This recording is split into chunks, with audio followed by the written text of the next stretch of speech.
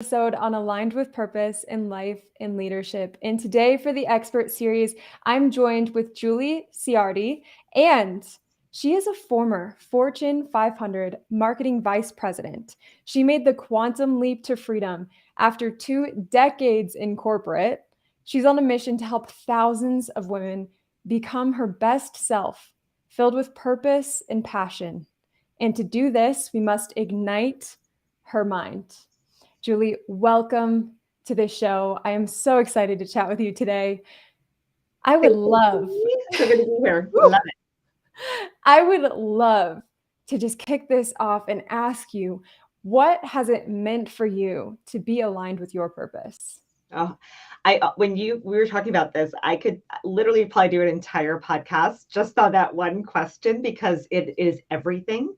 But what it means for me, I can just paint the picture of how I felt on the daily when I wasn't living and aligned to my purpose.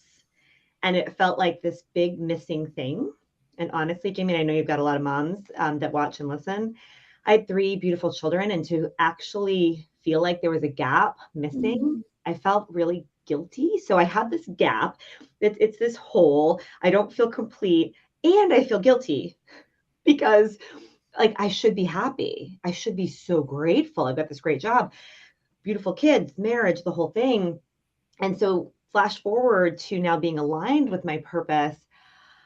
It's like I breathe and I have peace. And is it every single day peace and, nirvana? Of course not. But it's this fundamental foundation inside of, I don't feel guilty. I don't feel like there's something missing. I feel like I'm actually on a path. And I felt like I was wandering before. So it's just like, it's so much. That's why it's like, I could probably talk for like 20 minutes on that one thing, but it really goes to that hole and that gap and feeling guilty to feeling like I'm totally on a path. I don't know all the steps, but I don't need to, and I don't care. And I'm just in this flow, and it feels really, really good. That is such a beautiful response. And I feel like a lot of people listening to this have either felt that before or they're feeling it now. So, can you talk a bit about that journey for us? Like, let's go back to when you were feeling this call. Yes. And I really do. I think, I'm sure everyone believes something different, but I definitely believe that we are these spiritual, beings, a physical being, and our soul, whatever you want to call it, your spirit, your soul, like it's always kind of there, and it does this little tugging, kind of pulls at your shirt like our kids do, right? Like it's like pulling there. And I would say this pull started early. I mean, even before I was in corporate. And then when I was in corporate, I felt it often, but I would push it away, right? Because I felt, well, the path is you go to school, you get a good job, you go on a career path, and you build the family and, all the things, the house and all the things, and you create a great life, then to retire maybe at some point, with a 401k. And I just literally, like, I just kept saying, but stop even thinking about doing something different, because this is the path. This is the path that you're supposed to be on. There are no other paths. I really didn't think there was another path. I explored a few things over the years, but I kind of pushed it aside. And then my youngest is 8, and I was in his nursery and I was rocking him. So it was about 8 years ago, and I was rocking him in the nursery, bouncing back and forth like we do. And it hit me. I couldn't, the voice, the soul was so loud that I couldn't not hear it anymore. And that's when the word purpose, why I'm obsessed with it as well, is it just kept, that word just kept coming up for me. What's your purpose? Why are you on this planet? Is it to be the mom to these 3 kids and build this life? I would try to tell myself that. And as much as I love them so much, and they are like such a insanely important part of my life, I kept saying, but there's something else. And just by starting to ask those questions instead of pushing them away was the first step. Right? It's like you push them away. And then when you entertain them and you start to ask the questions, it's almost like this Pandora's box that opens, because you keep asking more and more questions. And I started to ask myself, well, what if I don't have to stay in corporate? And I had a very, very high paying job. I was vice president of marketing at a Fortune 100 company, a company like everybody knows. And I was vice president of marketing. I was the primary breadwinner in my family, making almost 500,000 salary, beautiful house, everything's 3 kids, all the things. I'm like, who am I though to take that away? I thought I was going to take it away from everyone, take it away from the family, take away. If I was going to do my own thing, I wasn't going to come out making 500,000 right out of the gate. And so but when I started to ask myself these questions, I started to actually ask them differently, where I started to say, okay, what options are there that I can do something myself and be able to eventually create the income for my family? And so I made a really big, bold move. And, some of you listening or watching might need to think about this because, I think sometimes we think it only in one direction. And often that is in this progression of upwards, like, you keep making more money and get the bigger house and do, it kind of just keeps going up, the better vacations, all the things. And I said to my husband, I said, what if we took a step back, take a turn to the right, and go up a different trajectory? And just that shift changed everything, because instead of thinking I had to have it all perfectly planned out, trying to make the same amount of money in a side business while vice president of marketing with 3 children, I mean, that was going to be a little crazy. So I said, why don't we take a step back and go on a different route?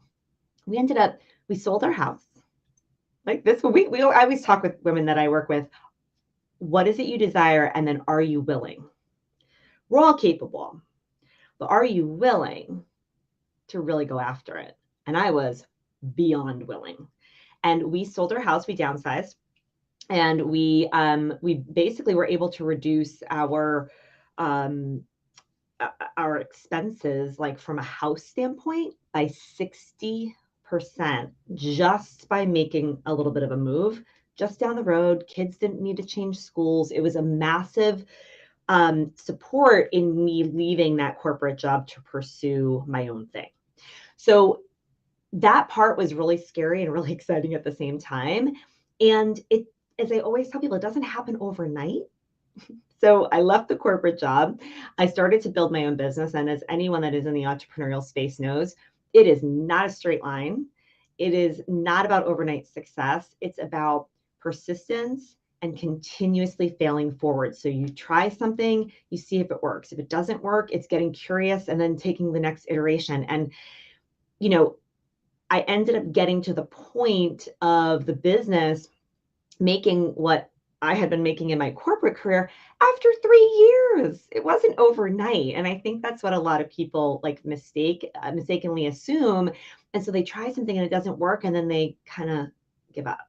So if the point of this podcast, right, being aligned with your purpose, aligned with purpose, you got to be in it and willing though. The purpose, it's not like it all goes so smoothly, right? You've got to be willing to kind of take a look and say, if this desire is so strong, what am I willing to do to then be able to make that happen, if that makes sense? And really, really quick, just to kind of sum up the bit of the story, the first couple of years were really hard. They were really hard. My husband became the primary breadwinner, and we were, I think the first year of my business, I didn't make anything. The second year of my business, I think we had gotten to about 45,000 mark. And then by the third year, we finally hit 500,000. And then last year we passed 1 million. But it's a process and you've got to be willing. I was willing to stick with it in those 2 years, but I made 45K. And that's a really important question I think everyone should ask themselves. Am I willing? That's so beautiful. And it's true. You're spot on with we're all capable to do it. It's just who's going to be okay with the work and not really seeing the results that maybe you'd want to in the beginning, but sticking through it till the end. So I love your story and the persistence that you've had to build this empire of yours. And so if somebody's listening to this and they're in that slump, what got you through that? Oh, this is so good. So two things. Two really big things. One was back to that first point of being willing. When even though I wasn't making the money yet, right? Having left corporate, it was like, the Wizard of Oz and Dorothy in the house and it lands and she's been living in black and white and she opens the door and it's color. Like I felt like I was living in color. The money didn't even matter to me, to be honest, in the beginning. Of course, that was going to be very temporary, right? But I was like, oh my gosh, like I felt alive, right? So honestly, how I felt, even without having the money results yet, really drove me to like I can't go back. Like it's almost like I burned those boats and it was not an option. Like I'd never want to go back to corporate. I knew that in my bones. Like I knew I could never go back. So there was only one way to go and that kept me very much on it. The other thing is that I had to really two more things. The other thing I had to really do, and again, if you're married, if you have a spouse, this can be very challenging. And my husband and I actually, since we've done a podcast episode on this because it was hard. 2018, 2019, he was super supportive of the move, of the move, literally physically and from corporate and all the things. But he expected the money to start rolling in much, much, much faster. And so it was a constant battle and we're very open about it. It was really hard. And so the big thing that got me through on that front was I knew that I had to have the belief myself, even if he didn't believe it, that that was okay. That I was willing, again, back to the willing, I was willing to believe for the both of us until he could see the physical evidence, right? So that was really, really huge. And the third piece that I highly recommend to everyone listening is what the thing that really shifted for me, and actually the thing that took the business from that 45,000 mark to the almost 500,000 the next year in 1 year, was this one thing. And that was someone had said to me, but like, you've got to start thinking and acting and being the version of Julia that's already a multiple six-figure business. And I had heard that plenty of times in my life. I remember back in corporate, I was a manager. I wanted to become an executive. I wanted to be an executive. That was the next big thing. And I remember the vice president I worked for said, start being that director now. I'm like, what do you mean? And he's like, well, show up in meetings as her, show up with your team, take on projects that, right. It's almost this idea that sometimes we only do what, like, well, this is my job description. This is what I'm getting paid for, or these are my current results. So for me, it was like, but I'm not making the money yet. So I was still Julie with the identity of, I'm not successful yet in business. I don't have a multiple six-figure business. And I was operating from that place. I was thinking from that place. I was trying to do from that place. And when you're doing from that place, oh my goodness, you've got massive shiny object syndrome. You're like, is this going to help my business? Is this going to help my business? And you're like this in this like crazy space. When I came out of that into, no, I got to be six-figure CEO Julie now. How is she thinking? What are her like characteristics? How is she being? Right? I got real focused. I developed calendar integrity. I made decisions as her. And that was the key piece in really keeping me going. Because then, of course, when I was being her, I started to get her results. Ooh, I love this. I love this so much because that is everything. And it circles back to being very clear on your vision. And I feel like that's also the driving force. It's like, okay, the money will come so long as you're focused on the vision, but it's also showing up as a version of you who that vision is already manifested into your reality. And that shift is everything. And I have to say, I can relate so hard with the spouse being completely on board, feeling like the money's going to come in, and then their hopes and dreams kind of, for me at least, slowly started to deteriorate. And here I am, like, charging after these goals like a bull. And I'm like, just trust me, it's going to happen. And, eventually it does, but it takes longer than what they had thought. So I was sitting over here like, yes, preach.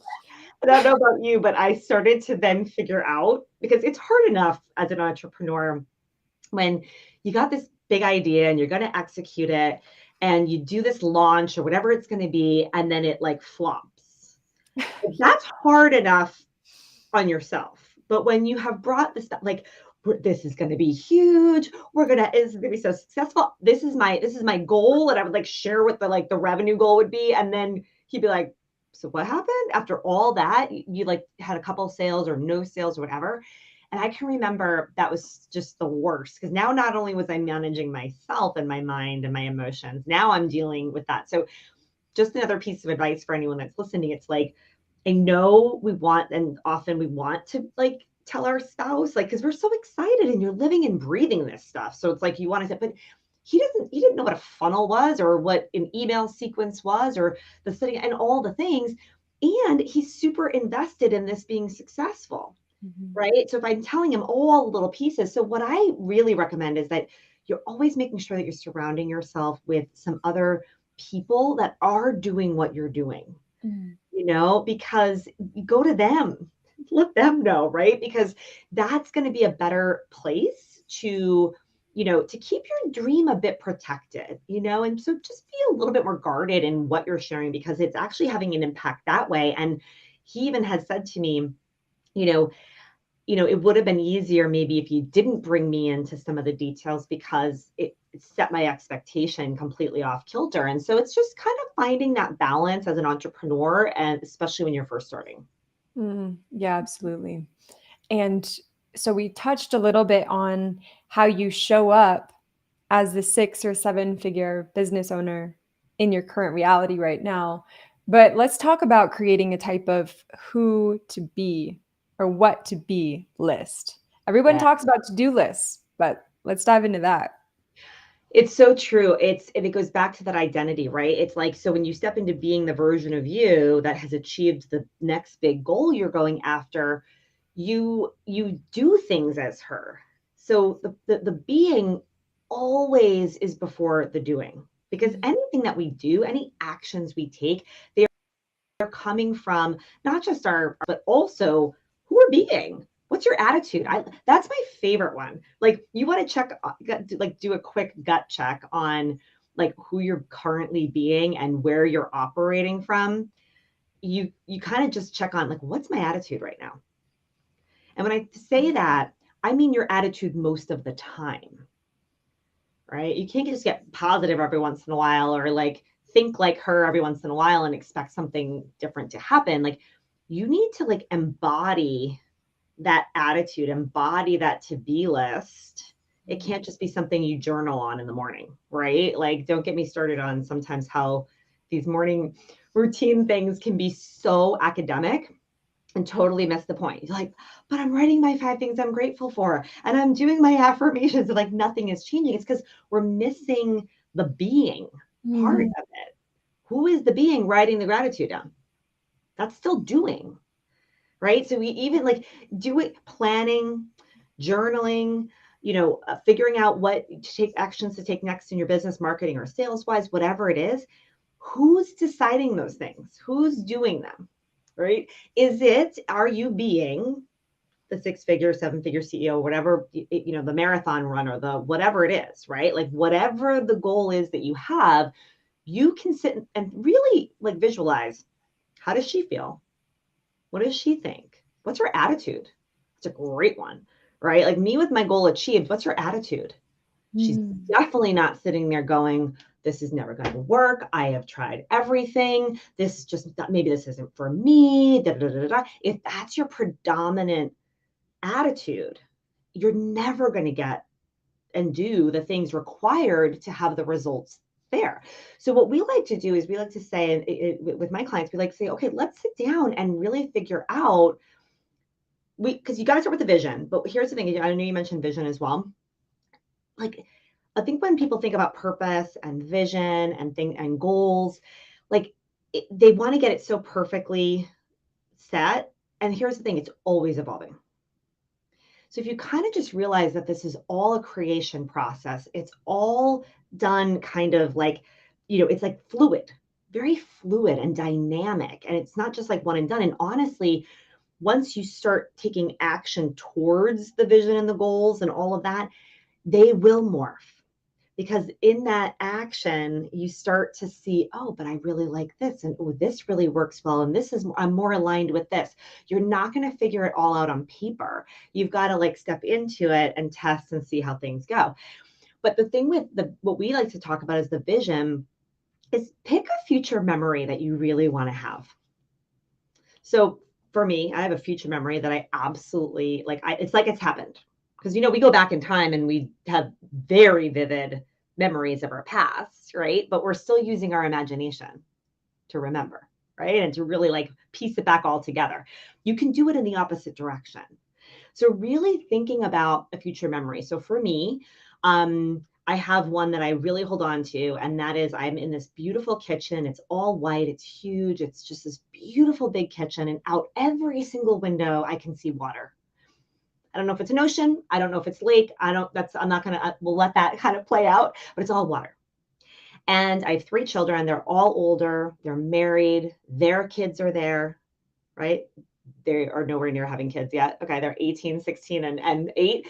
But it's a future memory. And we're all there together. And the house is big enough where everyone's got their own room. The kids don't have to sleep on a blow up mattress in their parents' room. Everyone loves to come here. We have this beautiful time together. It's so vivid in my mind. It's like it's happened. And because of that, like when I step into being the version of me with like wanting to get to the next goal, I'm thinking I need to accomplish this to get that, right? I have several ones that I can pull from, but like that gives you an idea, like come up with that future because you're not going to have the total vision all played out. Pick a couple things that you create as future memories that you want happening in your life at some point. It could be around impact. It could be around you sitting on Oprah's couch. It could be whatever it is, like visualize it, see it, feel it like it's already happened. And then you start to say, okay, well, what's the next big goal that I need to work on to get there? So if you see yourself like totally leaving corporate or leaving your day job or whatever it is, and you've got this future memory of it, like in your mind, like you can see it happening. You've written your resignation letter, all the things, and you don't have a business yet. Well, clearly the next big goal you're going to work towards is I got to start a business. Even if you don't know what it is yet, that's like kind of your next big goal. So then we sit and say, all right now you are someone that doesn't have a business. You're working in corporate and you don't have a business. You that has this business that it's allowed you to have choice. How does she feel? How does she feel? What is she thinking? What's her attitude? What do you think she would do next? And it's fascinating because you tap into that and you start to realize, well, she's focused. She's got discipline. She makes decisions. She is courageous, right? And you start writing this to-be list down. She's these things, right? And then you have to take a hardcore look at yourself and say, where do I have this gap, right? And I know for me, I started to really see that I wasn't being focused. I wasn't being disciplined. And I was all over the place. I'm like, well, maybe I'll try this and maybe I'll try this. So I wasn't really taking action. I was just in planning mode. Well, you with your goal achieved on your to-be list, she's not just planning, she's acting, she's taking action towards her goals. So you're really embodying the version of you with that next big goal done. And she almost becomes this inner advisor for what you need to do because you already know. You already know what to do, right? But the being you're being right now isn't going to take that action because it's scary. There's fear, what if, all the things. But when you're embodying her who's already done it, like, let's go. Oh, I love this so much. And it's just the truth. The version of you and I sitting here right now, a future version of us was only dreaming of this, right? Totally. But for both of us to reach that next level, we've got to continuously be raising that bar. And that's the fun part. Like you said, the creative part, it's all a journey. It's all who you're becoming. And it's beautiful. And it's a direction. I think another really beautiful piece of advice I had gotten once is that success towards any next goal that you have, it's just a direction. Mm. Meaning, like, we get the journey and the destination, all that stuff, but like sometimes it can feel so far away that we're like, I don't even, how is this going to happen? How am I really going to achieve this? Right. And we start to go back down into the how. Well, how, and you're coming again from a place of not having it. So you're like, how? I don't know. But when you really step into it and you say to yourself, okay, I don't care how long this takes. Like, that's a huge one. You start saying, I don't care if this takes 4 months or 4 years. I'm willing and I want this, right? When you kind of let go of that time frame around it, which I'm a big fan of letting go of that time frame, and just realizing that every day, even if you took one action towards the goal, over time, you'll hit it. It's almost like this idea that, success is just a series of successful days. So we think so far out, just think right now. Like, I'm in it. I don't care how long this is going to take. And I'm just going to do the next thing. And the next thing usually reveals the next thing, right? And it's just this direction that you're in. Because the other direction is going the other way, right? And you're not doing anything towards your goal, your dream. And so you just show up each day and decide, what's one thing I can do today? You know what? I got to form that LLC. You know what? I'm making the decision today. I'm calling a lawyer. I have two. I'm picking one. I'm calling a lawyer and getting the LLC done. This is done. Right. So you're just taking those actions and just taking the next step and then the next step. And before you know it, you look back, and that's a great Steve Jobs quote. He talks about, like, you cannot connect the dots going up to the future. But once you're there, you can look back and go, oh, of course, that's how it all played out. I love this. And what it's bringing up for me right now is like the more you become her, right? Your business is a direct reflection of you. And it's no longer showing up and doing. Like we've kind of mentioned before, it's being. And you just are her. You film podcast episodes because it's an extension of you. It's just you showing up, being yourself. And that's what I love so much about this conversation. At one point on that, it's really important. I tell my clients this all the time, because I think we have, especially as women, we have a tendency to beat ourselves up and to, to be these we judge ourselves and all the things. And I just want to make sure it's like really, really clear. Like, when we talk about becoming her, it's already you. It's you, it's your soul, it's who you already are. But between your experiences, society, all the habitual thinking that we have had, like, kind of programmed, like I said at the beginning of this, you go to school, you get the job, and then you go do this, and this is the path. And, like, there's all these shoulds all around us, and especially as moms. And so all of that, what happens is, it's almost like, picture your true, amazing, highest potential self, and you're looking at her in the mirror. And every should, every, society thing, every time you scroll Instagram or you talk to your mother-in-law or this happens or that happens, right? It smears, smears, and it smears. And the mirror keeps smearing to, like, you just can't see her. So it's not like you're trying to become someone else or it's so you. It's just, you can't see her right now. And to me, that's the becoming. The becoming is actually taking the cloth and the Windex and spraying it, like cleaning the window off, cleaning the mirror off. So you see yourself again. And you do that every time you step into being her and take that next action. It's funny, you still need the doing. You can't just be. Like, you have to do.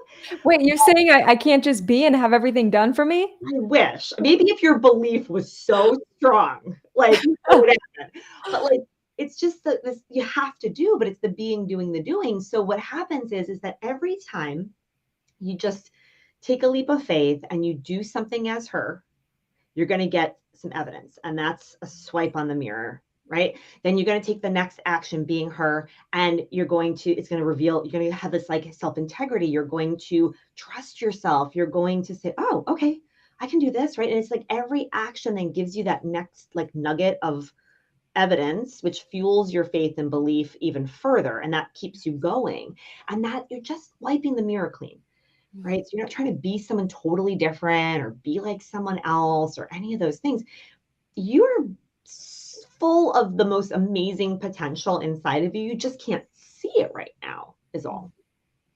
Such a beautiful visualization. I was just like imagining like a foggy mirror and just how beautiful it would look if we could just wipe every last little bit away from, especially like every woman out there, every mom out there, like if we could just clean that mirror off, the world would be full of some empowering leaders, let me tell you.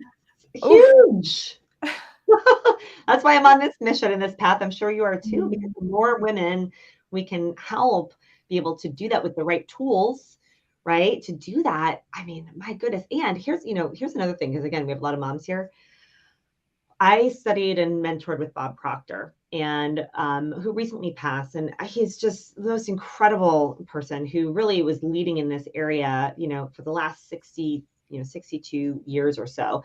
And he said something once that literally floored me. And I really believe this keeps me going no matter what, because it doesn't matter where you are in your journey, by the way, ladies, it's not like you hit a million or you hit and everything's like fine. Like you have a whole other set of things that you're working through and troubleshooting and all the things. But like he said to me, this keeps me going through everything. What we don't fix, our children inherit. And I think we totally get that when it comes to the environment or it comes to what, right? But what about our beliefs and our thoughts and what we do with our lives and what should a mom be? What is okay? What's not okay? I mean, we call them torchbearers, in my community, where we feel like every woman we help to awaken up from this like slumber of should, like they're now getting the torch. It's like the torch keeps passing to just wake up and say, you know what? I don't want my daughter to feel some of the things that I have felt. I want her to like almost it's a no-brainer that you're going to align with your purpose. Like think about that for a minute. Like, right, we have to go out and tell everyone this because no one knows this. What if every kid is taught this by their parents? Can you even imagine this world? Like I just got the chills saying it, but we get to do that if we embody it. And if we start to break some of these things down in these beliefs, we can teach them to our children. And now we're like breaking these total crazy belief systems that are, I mean, they need us because of it right now, because we're waking people up and telling them that they should be listening to their purpose and their passion. But like, eventually, wouldn't it be great if no one needed us? Because we just know this. Yes. I mean, it would be, and it's ironic that it's not ingrained in us because you would think all through the schooling system and everything that this would be like so inside of our souls at this point, but it's not. No. And we're trained to be employees. Yep. We're schooled to be employees like, from the get-go.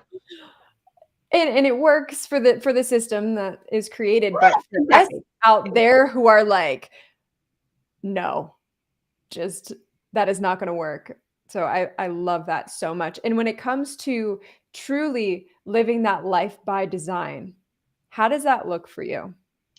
Oh, I love the word design because, I think you see a lot out there like create a life you love, create a life you love.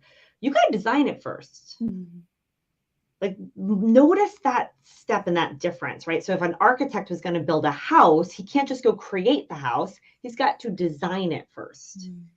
And so to me, this idea of live by design versus by default from a great book called A Happy Pocket Full of Money, such a good book. And that quote it's a bigger quote than just that, but we live by it because we can either let life happen to us or we can, with intention, design what we want it to be like, right? And so I'm a big fan of kind of working backwards and actually picking like the age of 90 or something like that and saying, because really, I mean, and not to be morbid, but like we get like a few decades. Like we have like, I have a few decades left. Like we all have a few decades. We don't get like any more than what's on our two hands, pretty much. Mm-hmm. Right. And the first, I don't know, 3, we don't even know what's going on. So it's like, or the first 2, we don't even know what's going on. I feel like you've got to design, what do you want to experience in those decades? So you're 90 and you're looking back, what does that look like? I know I have like a 5-6 page script of what I want to unfold in my life, all the way to like the kind of grandmother I want to be, all the things like I list it out, and I tell my clients to as well. You've got to see what you want your life to be, design it, write it down. It's like your map, right? For your life, right? No one teaches us to do this, right? And so it's by design. So it's kind of that bigger vision. That's the big vision. And then on the day to day, right? It's really taking a step back, and we call them goal cards. So we always have our next big goal on a card. That's the only thing we're going after, right? In our businesses, right? You can have one for personal too. And you're making sure you know what your outcome is. You've designed the outcome that you want. And now you're like laser focused on then creating it, but you got to design it. You got to know what that outcome is. Like if we're too vague, well, I want to be happy, or I want to feel like I'm living my purpose, or I want to, make 10K a month in my business or whatever, but getting more specific, right? What does that look like, right? You've got to design it, or it's going to happen by default. And usually things that happen by default aren't exactly what we were hoping for. I love the idea of a goal card. But I also just want to point out, how fun is that? How fun. You get to decide. Like, we are the creators, and that part, it just lights me up. Like, you can have anything you want, and you get to map out exactly what that looks like, and then it's just showing up as that person taking aligned action. I mean, it's beautiful. That's enough Creation. to fire me up every single day. I feel like, there's different philosophies and beliefs, and, different, people that follow different religions and all the things, but it kind of all comes back to the same, I think, everywhere, which is that we were designed in the mirror image of the universe, God, the source, power, all the things, right? It's not in how we look. We were designed in mirror image, in that we are creators, and there is not a living thing on this planet that can create other than us. Think about that for a minute. You look at an acorn, it has to become an acorn, an oak tree. Like, it can't be anything else. A squirrel is going to be a squirrel. It's not going to all of a sudden decide it wants to go live by the beach. You know what I'm saying? Like it's going to live in the woods in a tree because it can't decide. It can't create. So don't forget, you are a creator. So many people, and you're in like the tiny percentage of the population of the world. If you get this point, if you get the point that you create the life that you have, right? The results that you have, you design and then you create, no matter if you think you're doing it or not, you're doing it. So why not do it by design? Why not say, okay, I'm the only thing on this planet that can create. You can create your environment. You can create how you make money. You can create who you surround yourself with. You can create how you look, all the things. You get to create. That doesn't just happen to you. So if you can take that one biggest like takeaway from this, it's you're a creator. Have fun with that. Like, it's a beautiful gift. That is true. I mean, we can create everything, so much as like changing our hair color. Like, that's how much we get to decide in our life. And that's Can I share one thing on that? wild. That's really funny. Of course, yeah. Really funny. So that also was in my vision. So I started going like gray white at 20 years old. It's just genetic, is what it is. And as it was, continuing to happen, and then by the time I would like hit around 40, I was like, all right, you know what? And when the timing is right, I am totally going to start rocking the gray white look, the whole thing. And I'm turning 48 this year, and we started the whole process. Like, I have pictures, I know where I'm going. So now it's coming in with the gray, the white. We're doing it by design. So this is a little teeny thing just to drive it home. It could be about business, but it could be about something like this. Like, I've designed it. I have the pictures. I know as I'm going into my 50s how I look, how I'm on stage. I can see it because I'm designing it and then I've put into action actually creating it versus I can't believe I had to color my hair. My grandmother, I got this from my grandmother. The genes got passed down to me and I'm already white and blah, blah, blah, blah, blah. Like you could have that attitude or you could have the attitude of, oh, we're rocking this. Like, you see the difference? Like it's you that you get to decide that. From hair color to how you make money and impact. Such a great point, and you're rocking it, so Yeah. I can't wait to see what comes of all of this and how you fully step into your next level, your vision, whatever that looks like. I am so excited to watch this journey. And I Julie, am too. I love oh, watching it too. yes, you're like, it's like a movie unfolding. You're like, I knew it. I knew that was going to happen because you chose to make it happen. It's what I love. Julie, thank you so much. And I'm sure there's a lot of people who are listening to that right now and they've heard your story and they resonate and they want to reach out to you. So feel free, take it over. How can everybody find you? Yeah, I mean, well, if you like podcasts, listen to podcasts, you can come check out Ignite Her Mind. We talk about a lot of this stuff right on the podcast. And I also, the big area that I find many, many women that I work with face, and maybe your audience would appreciate this, is that we know what we even know, not all the details, but we know enough. Like we know we want to start a business or we know we want to take this next step in our career. We know all of this, but then there's this huge gap in the doing, right? We're not taking the action. We procrastinate, perfectionism. We want to feel like we're ready. We don't feel like we're confident enough yet. So I have this free training. It's called Take Action Now, which is funny because I'm all about the being, right? And we teach it in there. But you cannot achieve any goal, any result if you're not taking action. And so we have this free training. It's called Take Action Now. Highly recommend you check it out. It's julieciardi.com/action. And just take it. You're going to learn how to incorporate the being in your doing in it.